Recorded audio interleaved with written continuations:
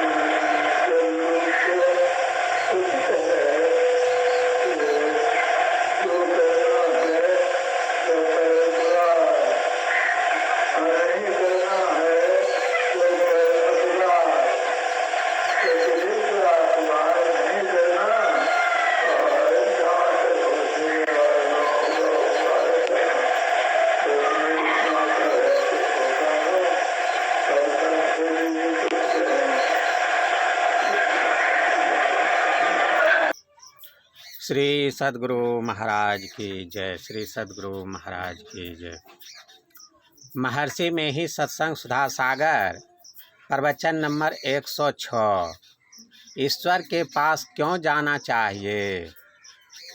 धर्मानुरागिनी प्यारी जनता, मैं ईश्वर भक्ति का प्रचार सत्संग के द्वारा किया करता हूँ। ईश्वर स्वरूप जाने बिना उसकी भक्ति कैसे की जाए, निर्णय नहीं हो सकता। ईश्वर स्वरूप के विषय में कहा जाता है कि आप इंद्रियों से जो जानते हैं वह माया है।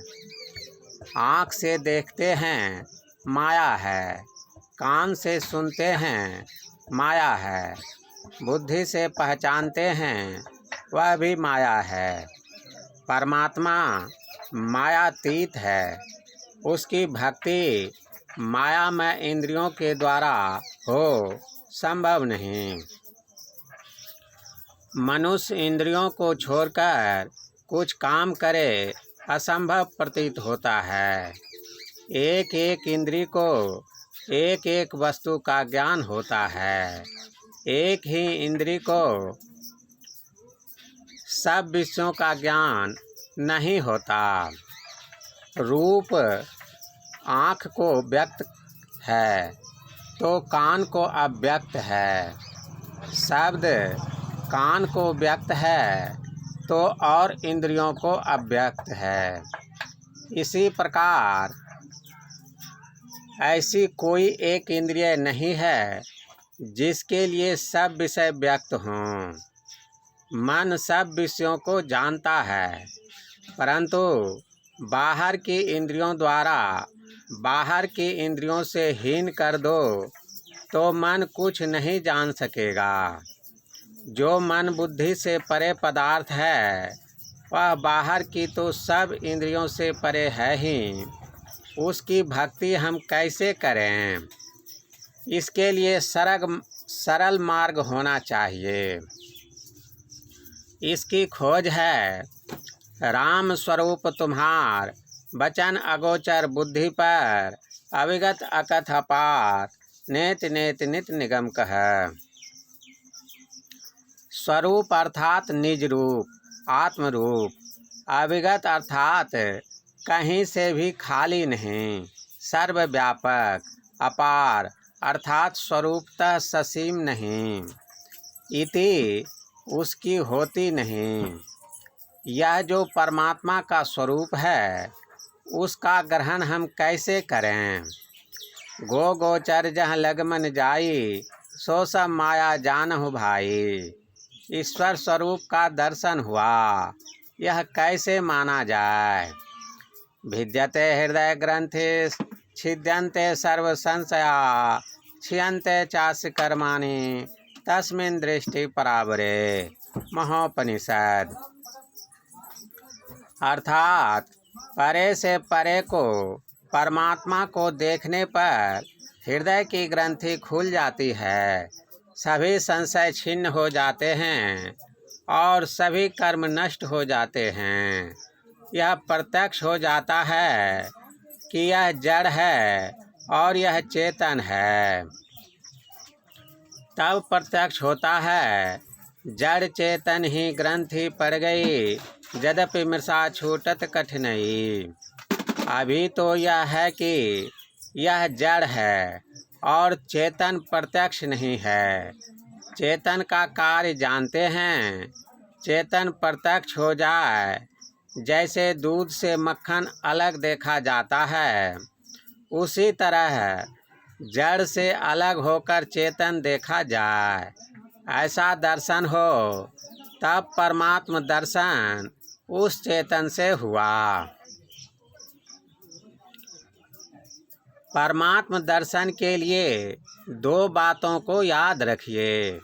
पहली बात, गो गोचर जहाँ लग मन जाई, सो सब माया जानहु भाई। रामचरितमानस।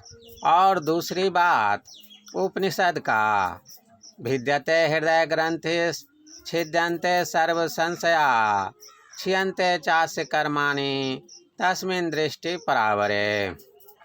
परमात्मा वह है जिसके दर्शन से हृदय की ग्रंथि खुल जाए, सभी संशय छिन्न हो जाएं और सभी कर्म नष्ट हो जाएं।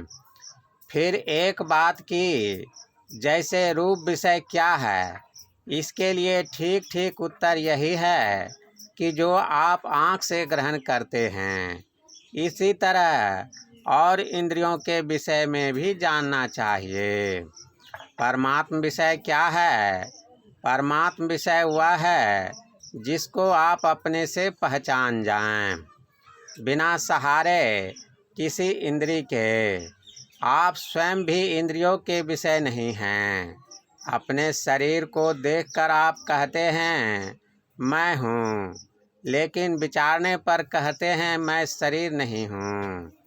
निज स्वरूप क्या है, पहचान नहीं है। सदग्रंथों में है, महात्मा जन कहते हैं, और जो इस विषय में लगे रहते हैं वे कहते हैं, जैसे आँख को आँख से ही देख सकते हो, यदि बिना आईने के सहारे नहीं तो भी आईने में चेहरे को देखते हो, आँख को आँख से देखते हो, आँख से ही कान नाक मुंह को भी देखते हो। इस उपमा से जानना चाहिए, आँख से आँख को देखते हो तो उसी तरह अपने को अपने से देखोगे और अपने से ही बिना किसी इंद्री के सहारे केवल अपने से अपने को पहचान सकोगे। उसी तरह परमात्मा को भी अपने से पहचानोगे। उसको पहचानने के लिए दूसरा कोई उपाय नहीं है। भक्ति ऐसी होनी चाहिए कि निज चेतन द्वारा परमात्मा की प्राप्ति हो। भक्ति इसलिए की जाती है कि जिसके लिए भक्ति करते हैं वह हमको मिल जाए, इसके लिए नहीं कि जिसकी भक्ति की जाए वह कभी मिले ही नहीं। भक्ति तो वह है कि परमात्मा मिल जाए। जिसके हृदय में यह उत्कंठा नहीं हुई कि वह हमको मिल जाए, वह बिरही नहीं है। अपने को शरीर इंद्रियों से छुड़ाकर अकेलेपन की हालत में आ जाओ। इंद्रियों का सहारा लेना बिल्कुल छूट जाए।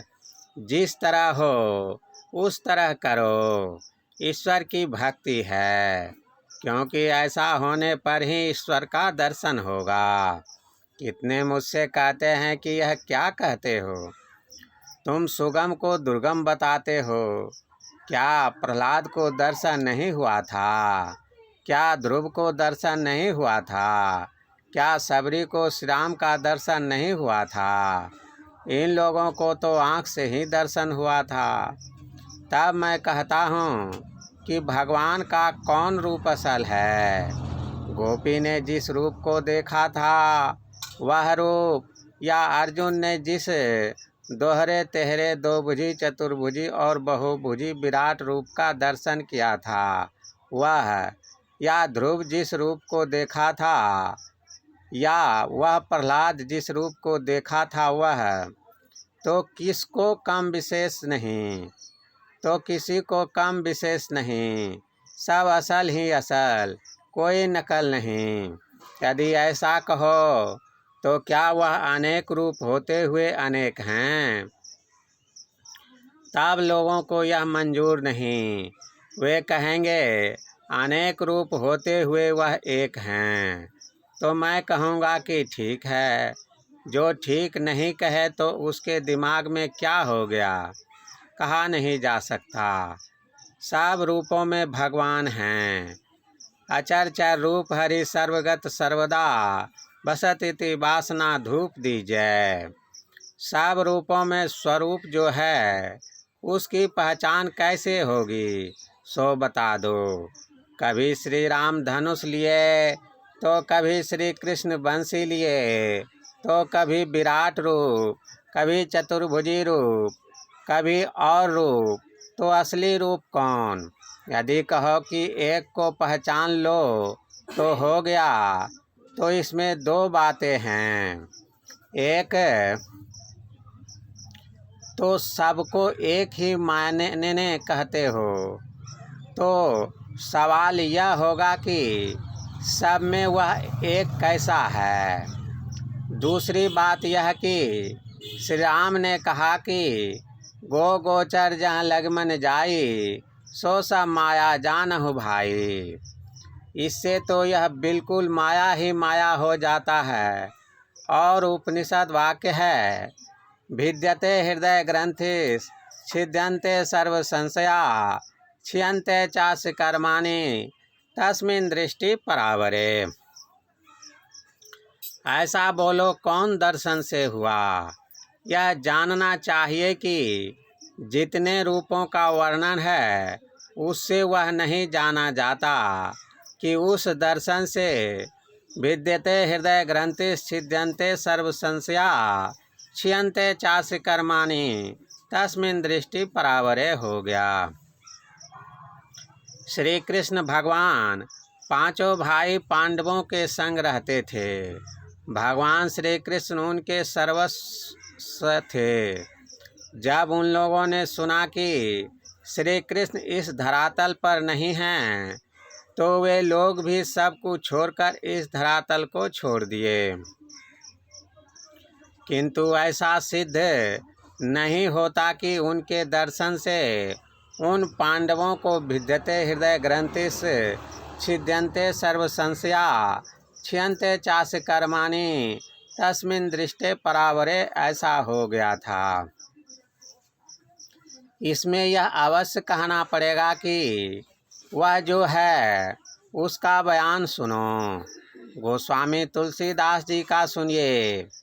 व्यापक व्यापक खंड अनंता अखिल अमोघ शक्ति भगवंता, निर्मल निराकार निर्मोहा नित्य निरंजन सुख संदोहा, प्रकृति पार प्रभु सब उर्वासी ब्रह्म निरेह विरज अविनाशी। यहाँ मोह कर कारण नाहीं रवि सन्मुक्तम कबहु की जाहि। यह कैसा है? केवल इतना ही रहता कि हाथ पैर नाक कान मुंह वाला है, तब तो कुछ बात ही नहीं। किंतु यहाँ तो प्रकृति पार प्रभु सब उर्वासी ब्रह्म निरीह विरज अविनाशी कहकर प्रकृति पार कहा गया है। प्रकृति सत रज तम तीनों का मिश्रण रूप है। सत रज तम तीनों से पार हो जाए अर्थात त्रैगुणातीत हो जाए। त्रैगुणातीत निर्गुण हो गया। शरीर सगुण और शरीर धारण करने वाला निर्गुण होता है। भगत है तो भगवान प्रभो राम धरेव तनु भो किए चरित पावन परम प्राकृत नर अनुरूप। राम ने भूप का शरीर धारण किया। वह राम स्वयं कैसा? जथा अनेकन भेष धरी नित्य करई नटकोय सोई सोई भाव दिखावई आपुन होय न सोय। आपुन होय न सोय यह कैसा? इसके लिए आग्रह नहीं। यह तो गोस्वामी तुलसीदास जी के कहने के सहारे और कबीर साहब गुरु नानक साहब के लिए तो कहना ही क्या। कबीर साहब कहते हैं स्रोप अखंडित व्यापी चैतन्य चैतन्य ऊंचे नीचे आगे पीछे दाहिन बाएं अनन्य। बराते बड़ा छोटते छोटा मिहिते सब लेखा सबके मध्य निरंतर साईं दृष्टि दृष्टि सो देखा। चाम चश्म सो नजर न आवे खोज रूह के नैना चून चगुन वजूद न मानो तय सुबह नमूना ऐना। बड़ा से बड़ा वही हो सकता है जो अनादि अनंत है असीम है। ईश्वर वह है जिसकी परिधि कहीं नहीं सभी जगह केंद्र ही केंद्र है। जीव वह है जिसमें केंद्र सहित परिधि है। चाम चश्म चर्म दृष्टि से नहीं आत्म दृष्टि से खोजने कहा।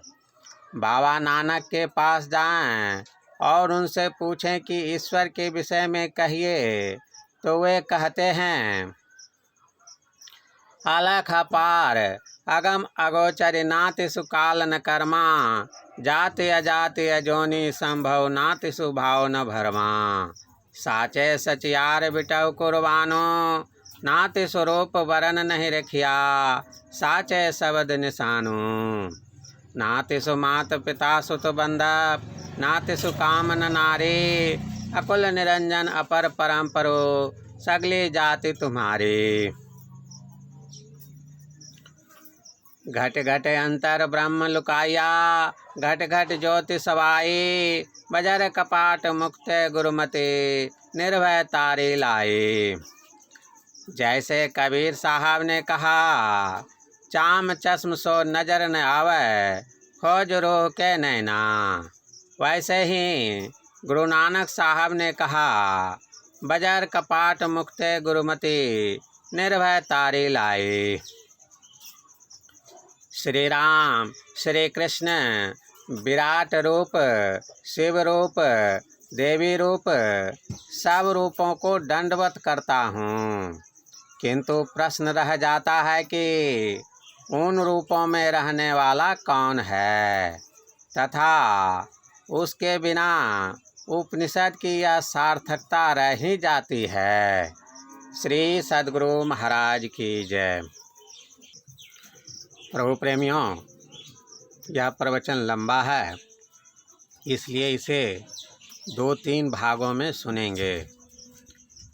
पहला भाग यहीं तक शेष दूसरे भाग में सुनेंगे। अभी जो प्रवचन का पाठ आप सुन रहे थे वह महर्षि में ही सत्संग सुधा सागर के इसी पुस्तक से सुन रहे थे। यह पुस्तक सत्संग ध्यान स्टोर से आप ऑनलाइन मंगा सकते हैं। इसके साथ ही सत्संग ध्यान से संबंधित अन्य सामग्री भी आप सत्संग ध्यान स्टोर से मंगा सकते हैं। ये सब बातें लोगों को जानने की इच्छा रहती है इसलिए बताई जा रही हैं।